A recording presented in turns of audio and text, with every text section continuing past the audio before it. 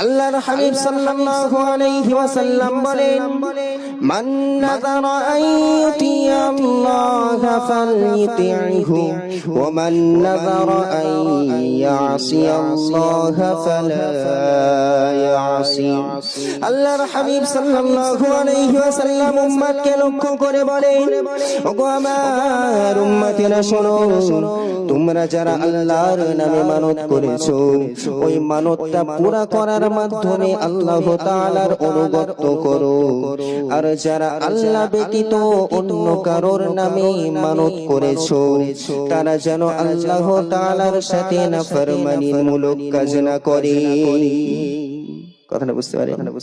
আল্লাহ রাসূল বলছে, যারা আল্লাহর নামে মানত করেছো, ওই মানতটা পুরা করার মাধ্যমে আল্লাহ তাআলার অনুগত করো। আর যারা মানত করেছো অন্য কারোর নামে, যারা মানত করেছো, তারা যেন তোমরা ওই মানতটা পুরা করতে যেও না, তাহলে আল্লাহর সঙ্গে নাফরমানি মূলক কাজ করে।